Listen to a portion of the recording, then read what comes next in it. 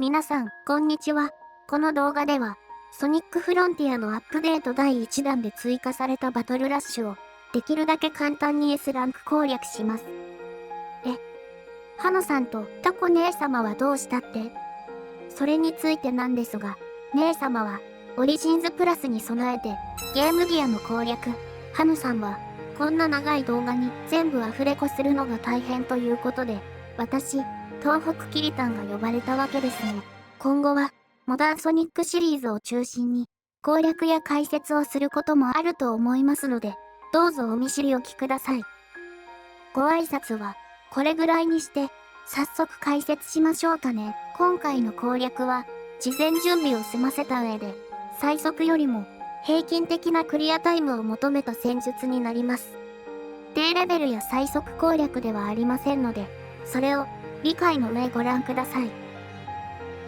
まず、事前準備として、ソニックのレベルを、すべて最大にしましょう。面倒だとしても、リングは体力、守りは許容できる攻撃が増える、力は撃破速度が上がるため、この3つに関しては、必ず最大まで上げてください。上げるには、ひたすら、釣りや敵を倒せばいいです。スキルに関しては、今回使用するのは、シナリオ上覚えるものすべて、ソニックブーム、ストンピングアタックです。ホーミングショットは強いですが、今回使わないです。誤爆も多いので、まだ取得してない場合は取らないのもありですね。リカバリースマッシュはあると便利かも。では、始めますね。まずは、クロノス島の最初のバトル、ソルジャーとの戦いです。特に特殊な行動はないので、ひたすらホーミングアタックで大丈夫です。続いて、忍者ですね。開幕ホーミングでロックしてからクロスクラッシュでいいです。すぐに倒せます。バブルです。こいつは攻撃力より回数なので、ソニックブームかクロススラッシュを当てれば倒せます。2回目の通りなので、クロススラッシュの方が良かったかもしれません。シェルです。サイループで殻を飛ばしてすぐ攻撃です。攻撃力が最大なら通常コンボの4回目の攻撃で倒せますので余計に攻撃しないように遊んでますが落ちるのが早いと普通のミスなので真似しないように。バンガーです。こいつは必ずサイループで囲って倒すこと。普通に殴ると自爆モーションに入る時間がかかります。スイート戦です。橋の上に来た瞬間に乗りましょう。一度ルートが終わった後に追いかけて攻撃します。それまではブーストが活躍するように。ルート後は大体2発弾を避けてから攻撃できます。殴り合いになったら今後は攻撃後ストンピングのコンボでいけます。殴り返してきても大体は位置がずれて当たりませんが一応パリーを構えれば安定です。サイクロン戦です。最初の2体をホーミング、次の2体を少し待ってからホーミング、最後の1体はクロスクラッシュの方が安定ですがタイミングを見てホーミングでも大丈夫です。タワーです。少し離れた位置からロックオンしてステップを踏んでストンピングを出すと頭の上に移動して簡単に倒せます。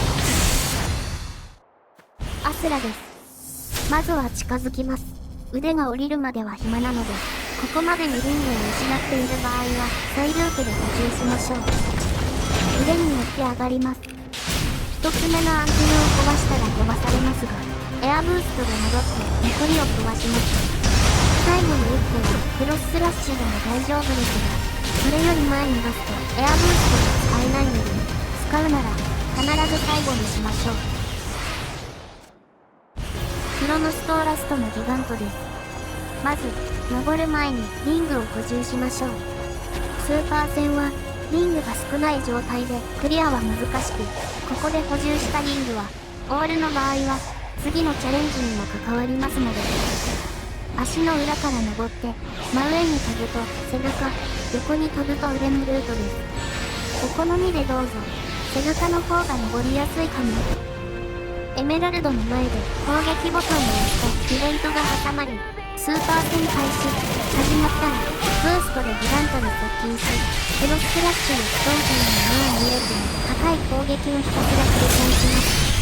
攻撃が来たらパニーで、カウンターは一気に削れますが、演出を考えると効率は悪いです。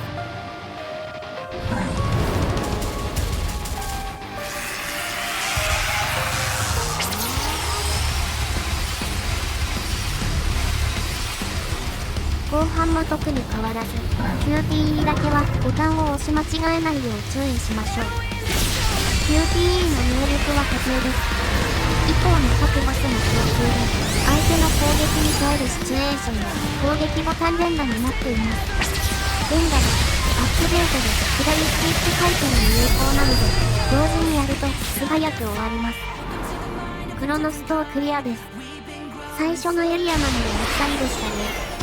次のアリス島は演出が長い時や少しタフな敵が多いので気をつけていきましょう。ちなみにこの区間の S ランク記録は5分です。今回は約3分でクリアしているので、苦手な人でも攻略法さえ分かれば4分でクリアできると思います。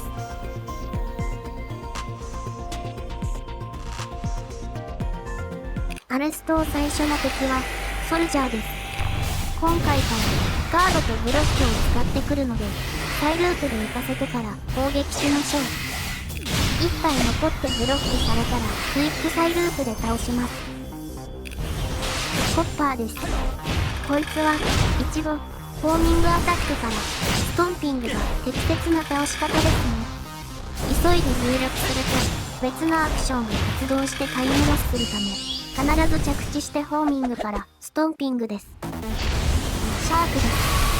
最初に少し時間があるので、リングが不足している場合はここで補充しましょう。最初に飛び上がるとき、真上にいると突き飛ばされてしばらく動けないので注意。飛び上がったらやつの尻尾にフォーミングです。QTE はスティックを左か右に倒すだけです。ただしシャークが跳ねた後は下に倒します。ロックオンターソルが出たら本体にフォーミングできるので、その後はひたすらダメージ効率がいい攻撃で削れます。演出だけの長い敵です。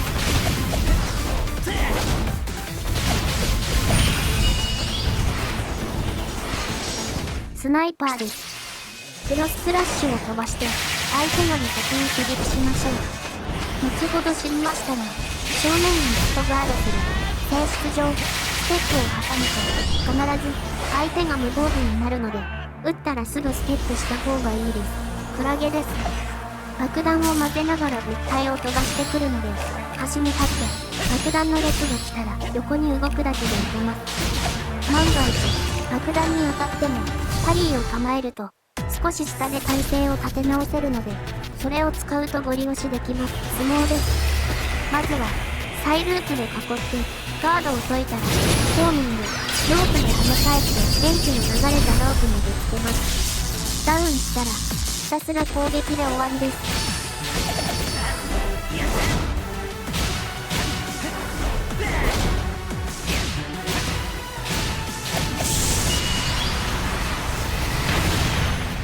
タンクです。最初は普通にフォーミング、少し攻撃するとイベント開始、慣れるまで難しく感じますが、まずはタンクから離れて回転が止まっている時だけフォーミングします。吸い込みモードに切り替わったら木の部分を作るように一定のタイミングでフォーミング。一定ダメージでタンクが落ちるので、あとは攻撃するだけです。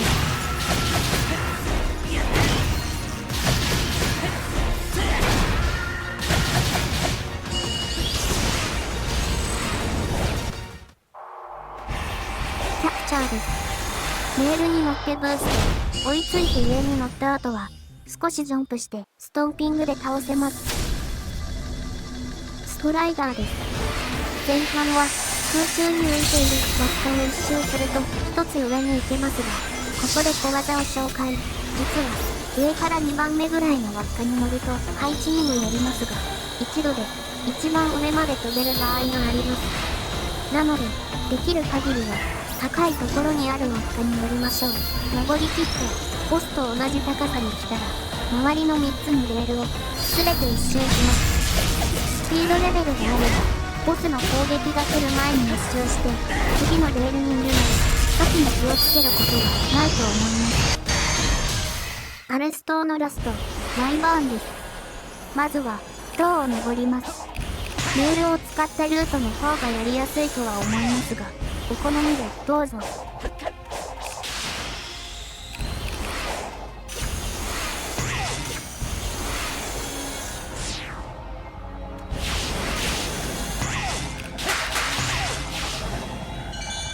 一番上に来たら、白い床のところに乗りましょう。イベントフラグがここみたいです。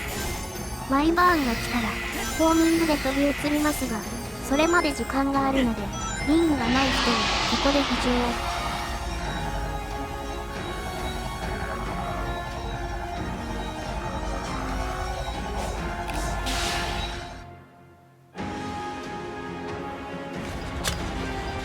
ムービー後、ホーミングで渡るパートになりますが、ここでボタンを連打したりと、から打ちでパンチを出して、そのまま落下するので、注意。落ち着いてカーソルが出てから操作しましょう。光の道を走るパートは、ほぼイベントですので、あまり急いでもタイムは変わりません。攻撃は落ち着いて避けましょう。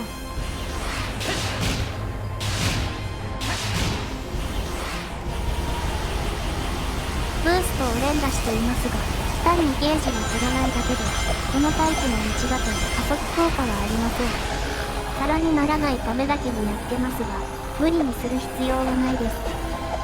ちなみに、この長い道のせいで、どうしても時間が取られるので、ここまでで調子が悪く、目標タイムに届かない可能性がある場合や、ワイバーン戦の開始前にやり直すのがおすすめです。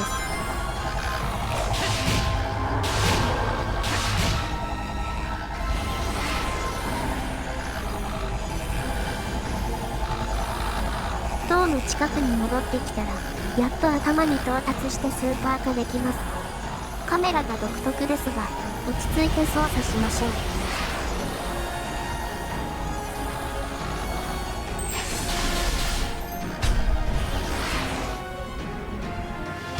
スーパー化したら、最初は攻撃できないのでブーストで進みます。ミサイルが見えたら、パリーで跳ね返してワイバーンの前に移動したらもう一度パリー。その後カーソルが出たら攻撃。クロスクラッシュの連発で大丈夫です。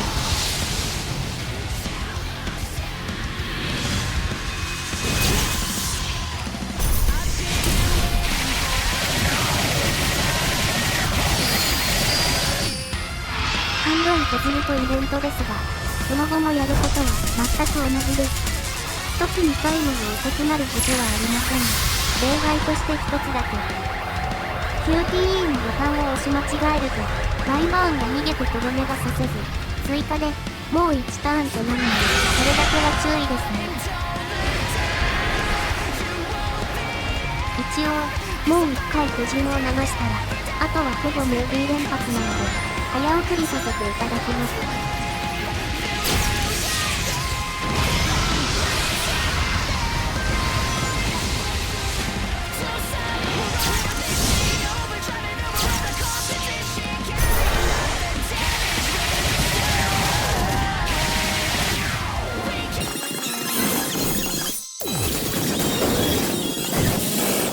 4倍速でこれです。これが記録狙いの時が結構辛い。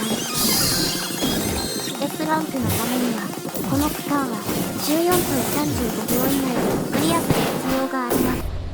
調子はよく3分30秒ぐらい余裕がありますね。倒すと最初の敵はスクイッドです。特に強化されているところはありません。ただ、最初に攻撃できるのでは、少し長い場合があります。幸い、これによってタイムライフが下がる可能性はほぼありません。ホーミングショットが暴発しました。ブーストと攻撃ボタンなので、出やすいんですよね。攻撃力は高いので、ターンが回りそうな敵に倒しきれたりはするんですが、不必要な場面で出すと、演出が長いのでロスになります。ソルジャーです。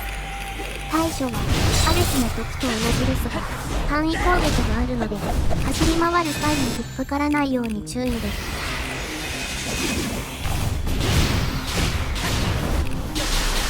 苦戦しましたが、なんとか突破。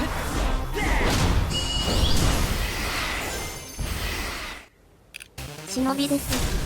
忍者と同じでクロススラッシュを速攻当てれば倒せます。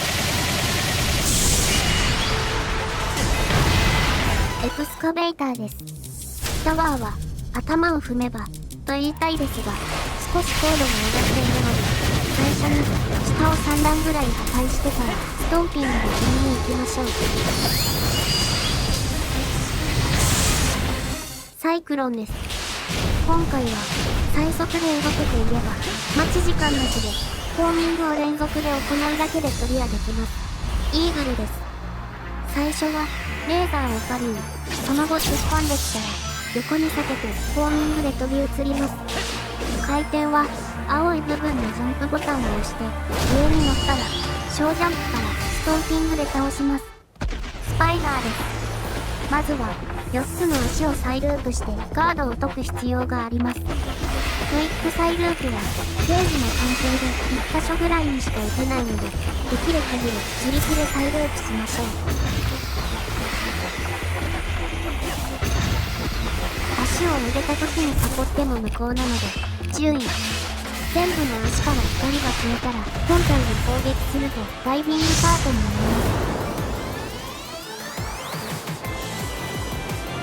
ダイビングパートは青い輪っかを一定数くぐる必要があります。足を逃しても大丈夫ですが、足りないともう一度一番上に行くので全部くぐるぐらいの気持ちで行きましょう。ブーストボタンで落下角度が上がり、ホーミングをすると必ずプラスの働く位置に行くので、この2つも有効活用しましょう。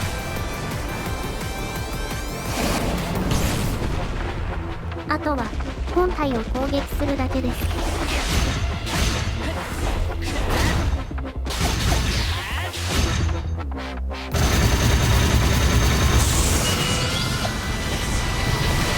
フォートレスです。最初はこちらから手出しできないのでリングの補充でもしておきましょう。レールが出たらそこから飛び移るので崖際に移動しておくのをおすすめします。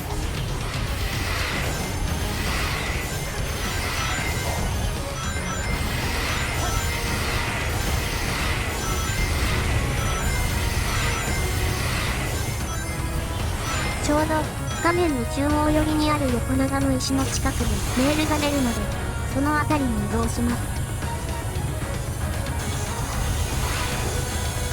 フライングカートは青いレールのところにいる限り速度が上がり、ブーストを消費しません。ブーストボタンを連打してしまうと加速がなくなるため、連打しないようにだけ注意。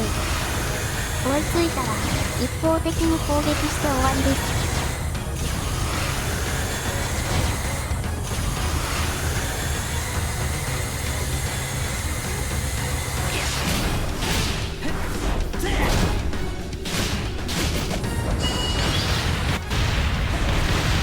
最後の敵、ナイトです。最初はこちらから登る手段がないためトゲに気をつけてしばらく耐えます。手を下ろしてきたらそこからグラインドするチャンス。注意してほしいのですが、グラインドする際は必ず手の上から乗りましょう。下から乗ろうとするとレールに乗らずに落ちることがよくありましたので、登った後はナイトの正面側から行くと近道です。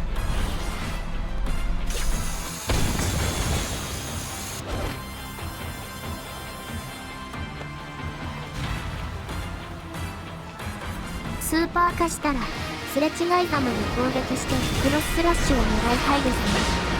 盾を構えられたらステップを2回踏んで攻撃すると普通にコンボ攻撃が入ります。あ、攻撃間違えた。これは悪い例ですね。リカバリーを考えてますが全て無駄に終わります。こうなった場合は本来最悪の選択ですが、盾に乗るパートに移行するよう真っ先に盾を攻撃しましょう。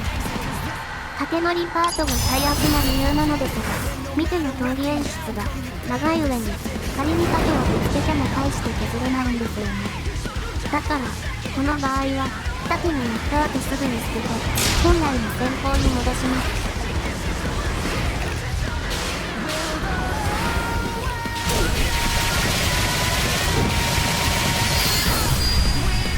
攻撃中弾かれましたが、見ての通り、この場合は、演出中のタイマー進まないんですよね。だから、縦乗りは意地でも避けたかったんですね。これが、本来盾を構えられた際のタイトル。見せられてよかったです。ナイトは、半分より少し下にまで削らないと、イベントが発生しないので、注意。イベント後は、盾を飛ばし始めるので、ハリーで進行方向を変えて当てましょう。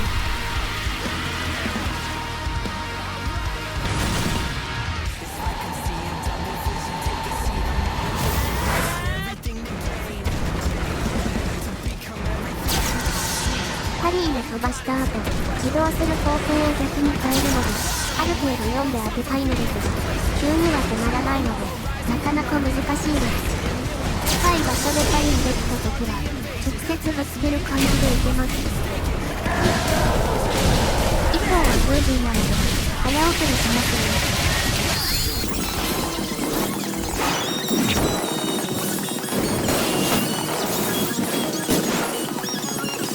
ちなみに、カオス動画から確認したいのは7分30秒です。1分切っていて、思ったより余裕がありませんでしたね。区間の記録は3分半ぐらい余裕ありましたね。他での貯金のおかげです。ラスト区間、裏ミス島です。最初は、レッドピラー、いつもの通り、下を壊してステップしてから、ストンピングで頭を攻撃です。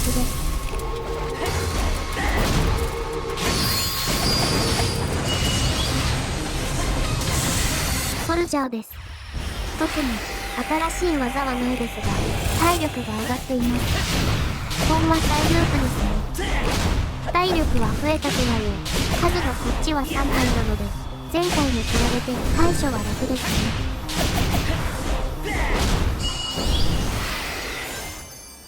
キャタピラーです。まずは、近づくとイベント発生。レールの上にある青い玉をすべて集めます。これ、空中にあるのが、手前か奥か分かりづらいですね。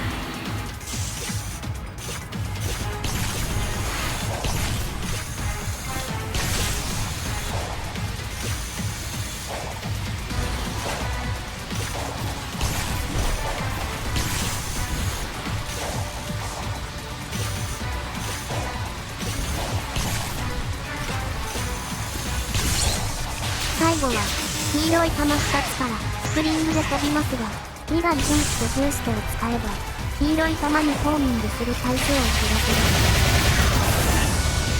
ガードに外れたら、背中を攻撃しますが、防御力が高いので、攻撃回数が多い技の方がいいです。適度にコンボしておきましょう。ウルフです。面倒な奴らですが、少し楽になる方法を見つけました。まずは、普通の通り、全員にパリー、一度発動後構え直さないといけないので注意。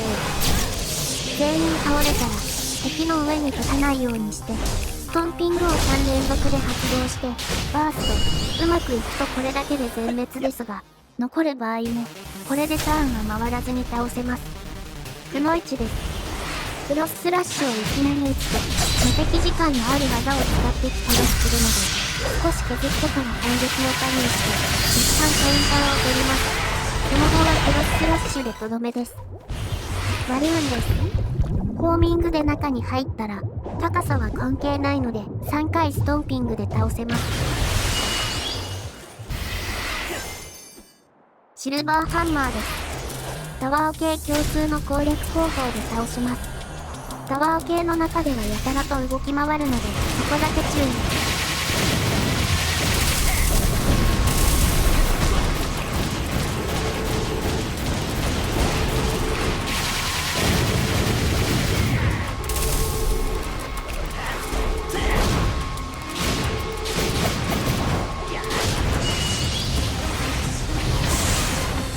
チャーです。これ説明いる？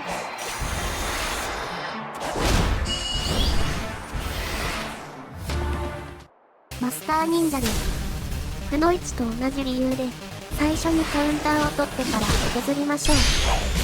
というのが、一番いいのですが、間違えてカウンターアタックしたので、このままコンボで削ります。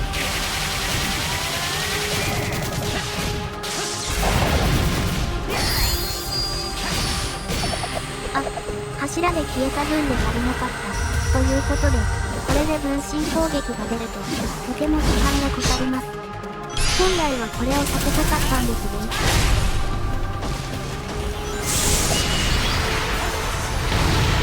ゴーストです。時間に余裕はありますので、まず、人数が少ない場合は必ず補充しましょう。最低でも300ぐらいは欲しいですね。像を調べる前は一切邪魔されず、調べた後も、最初の演出までは余裕があるので、その時に使うと、効率よく補充できます。ゴーストと像が光の線で紡がれている時に、その像をサイループで囲むとダメージを与えられます。リングは時間経過で振りますが、攻撃さえ受けなければそんなに失うことはないです。2番目の像は低い位置にあるので、近くまで走ってジャンプで直接乗りましょう。途中ゴーストで攻撃し、こちらの足が遅くなる時があります。これは表示されているボタンを数回押すと解除されます。3番目の像は高いところにあるので、一旦丘の上の方に向かい、外側にあるスプリングにホーミングです。その後壁を登るとレールに入るので、一周して一番外側のスプリングを踏みましょう。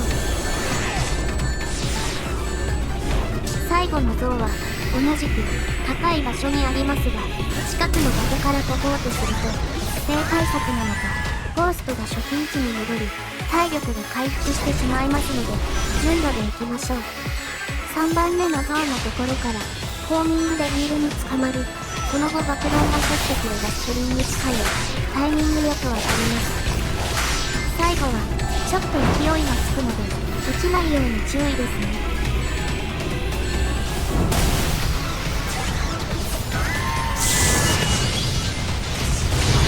グラムスト最後のボス、シュプリームです。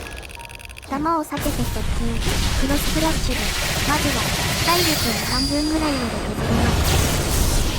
ギリギリイベント範囲まで削れませんでした。ちなみに、パリー後自分で移動しないと吹き飛ばされますが、そうなるしか回避できないはずなので、あんまり変わらないかも。